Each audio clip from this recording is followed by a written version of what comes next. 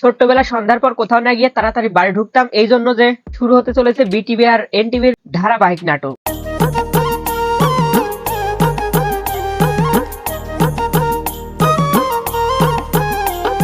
কাকু এখন নাটকও আছে, নাটকের নায়কও আছে, কিন্তু বাড়ি আসার মতো অত তাড়া নেই কেন?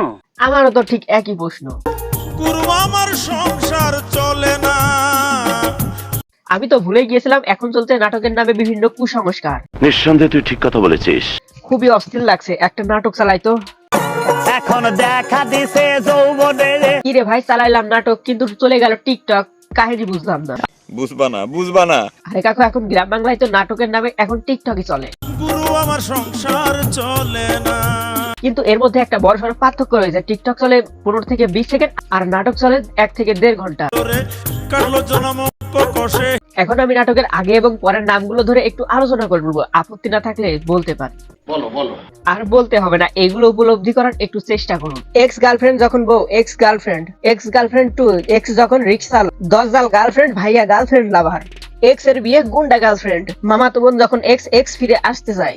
এইগুলোই থাকবে না, পরের টুকু আবার বয়ফ্রেন্ড দিয়ে শেষ করবো। তারপরে এক্স বয়ফ্রেন্ড যখন বস, এক্স যখন চিটার, এক্স যখন হাজবেন্ড, এমনকি আছে এক্স যখন ফটোগ্রাফার। শৈশবের সেই নাটকগুলো এখন আর দেখা হয় না।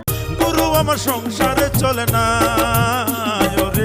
গুরু আমার সংসার চলে না। তখনকার সেই নাটকগুলো ঈদের মতো ফিলিংস না দিলেও তার চেয়ে কম কিছু দিত না। ঠিক বলেছো। আর সেই নাটকগুলোর ব্যাকগ্রাউন্ডের মিউজিক গুলো শুনলে বোঝা যেত নাটকগুলো কত সমৃদ্ধ।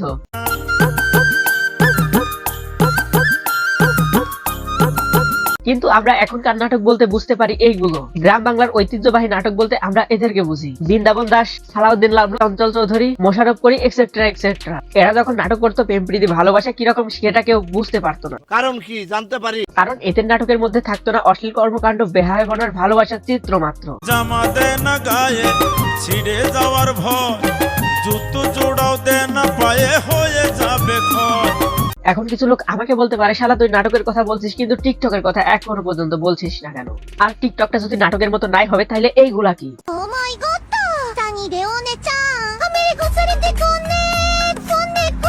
এখন এই ভিডিওতে কাউকে ছোট বা অপমান করা হয়নি। এখন গ্রাম বাংলার ঐতিহ্যবাহী অ্যাক্টররা হেরে গেছে টাকার কাছে, হেরে গেছে অ্যাক্টের কাছে, এমনকি হেরে গেছে টিকটক নামক এই প্ল্যাটফর্মের কাছে। এমনকি তারা হেরে গেছে বর্তমান দুনিয়ার টিকটকারদেরকে সাথে। একটা সময় ছিল ঈদমারি, সালাউদ্দিন লাবলু, বৃন্দাবন দাস ইত্যাদি। জুতো জোড়াও দে না পায়ে, হয়ে যাবে ক্ষয়।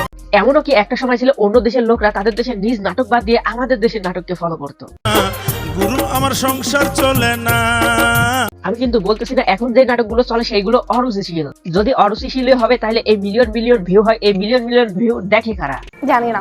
ছোটবেলায় যখন তাড়াতাড়ি বাড়িতে আসতাম এই সকল নাটক দেখার জন্য, কিন্তু এখনকার নাটকের কথা শুনলে তো বাড়ির কথা ভুলেই যায়।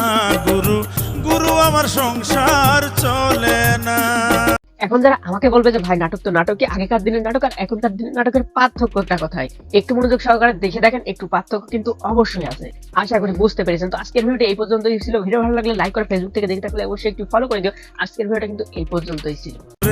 গুরু আমার সংসার চলে না।